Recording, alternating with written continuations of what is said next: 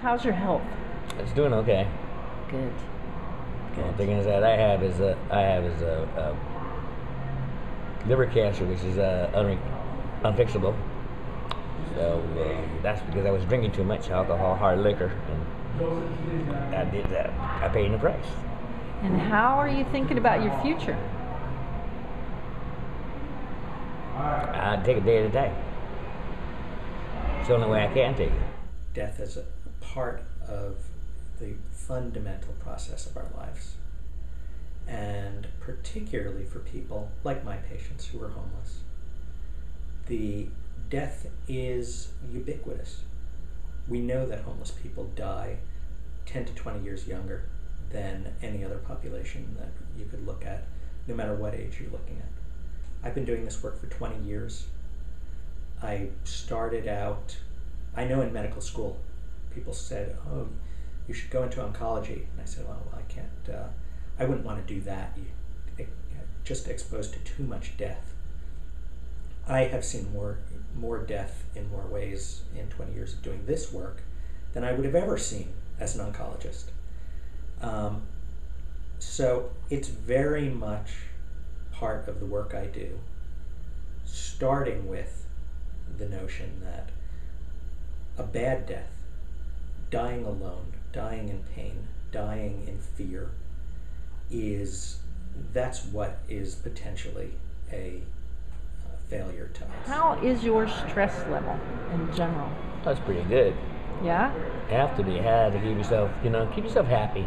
Yeah. Because if you don't, then you really get depressed. And you get depressed, leads to that you want to commit suicide. And suicide is not the way, blah, blah, Yeah. And one of the common frustrations for people who don't work with or know or deal with the community of homelessness is why can't they just go?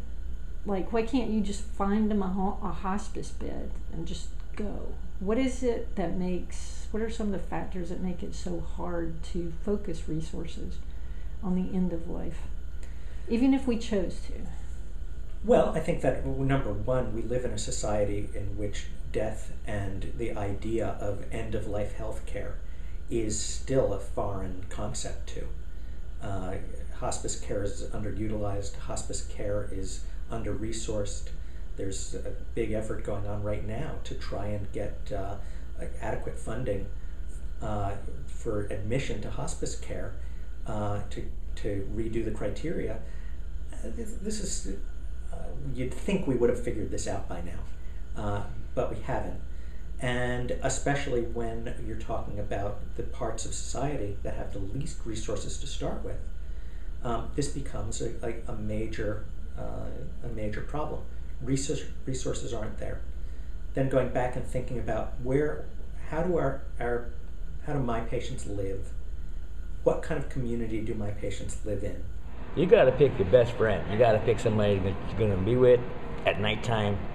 You got to pick him, and you guys got to get along real good. Like I have a good friend that we both share the same little spot. Yeah. And we share everything, food, everything, bad times, good times, whatever. But that's the most important thing. You find somebody that you can trust. Home actually means something quite specific, and it's very important that we talk about being able to give somebody a home. Well, more often than not, in our trying to do good, we will find somebody. Maybe they live under a bridge. Maybe they live with a number of people, and say, I've got great news for you. We found you a home. Okay, it's way across town with a bunch of people who you never saw or heard from, but we really want you to go over there because after all, your friends under the bridge are not very healthy and are all using drugs, and you need to go to this other place. And then usually people are desperate and will say yes. They'll go someplace, and then we wonder why they're not doing well. He didn't even like sleeping in homeless shelters because they had rules. And he didn't like to abide by rules. Like Frank Sinatra, he wanted to do things his way. And his alcoholism consumed him. He never had intervention. It was never something that was offered to him. He couldn't stay at my mom's house. But my mother wanted him. My mother's a doormat. My mother wanted him regardless of my brothers.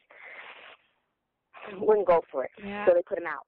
Add that on to somebody who's at the end of life, who's fearful, who may be in pain, and say, okay, now I'm going to take you and put you in some place that is strange to you, that may have an institutional feeling to it, or just be someplace where people are going to take care of you, and the whole core of your identity has been, at least I can take care of myself. What about keeping warm in this cold snap? Well, my sleeping bag. That's Sleeping it. bag, jackets, sweatshirts, Bundle hats. up. When somebody's losing things, losing their health, losing their life, and we need to be very, very mindful about what else are we taking away by what we're offering to somebody. And I think that's really when you try and understand this, the initial question of why is it hard, you can really think about, well, we might be giving somebody something. What are we taking away? Are we taking away their independence? The whole concept of hospice care and good end-of-life care is about somebody being able to maintain their independence and integrity and their sense of self-respect. I spent more time with my brother in the past 3 weeks than I have in my entire life. Yeah. And what I've learned from my brother is he was never ashamed. Humility. He was never ashamed of who he was, what he did, and how he was living his life. It was, that fall, he was so proud of it. And he had no problem when I was driving him in the Tenderloin. Monica, I used to stay there. I don't like it there. They make you follow rules. And I used to sleep right here on that corner, boy. It was really tough. I mean, there was, he really showed me how to live. Never be ashamed of who you are and where you've been and where you come from, ever.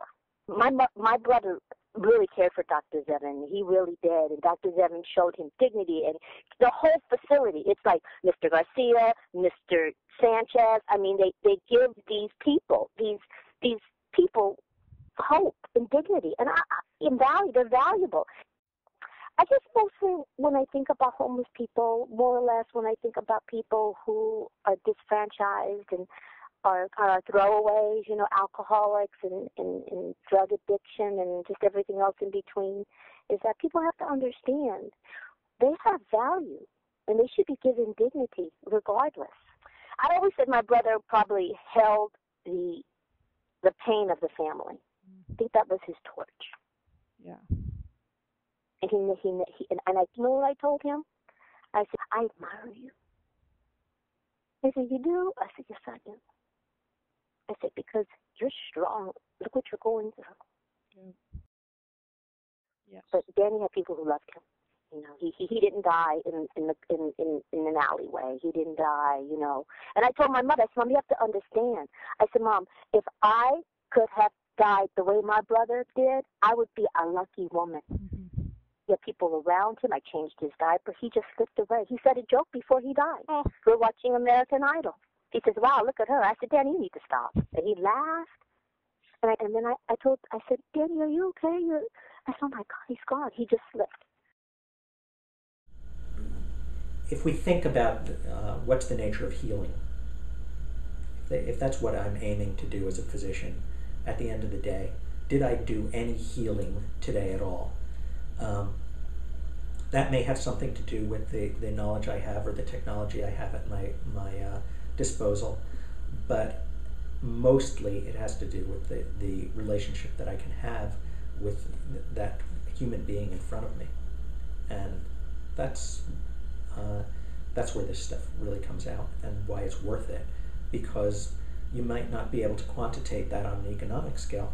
I would actually argue that in terms of if this happened more in terms of communities and the extent to which it does happen in terms of communities and larger social structures, this actually makes our society a healthier place, and we probably are saving lots of money.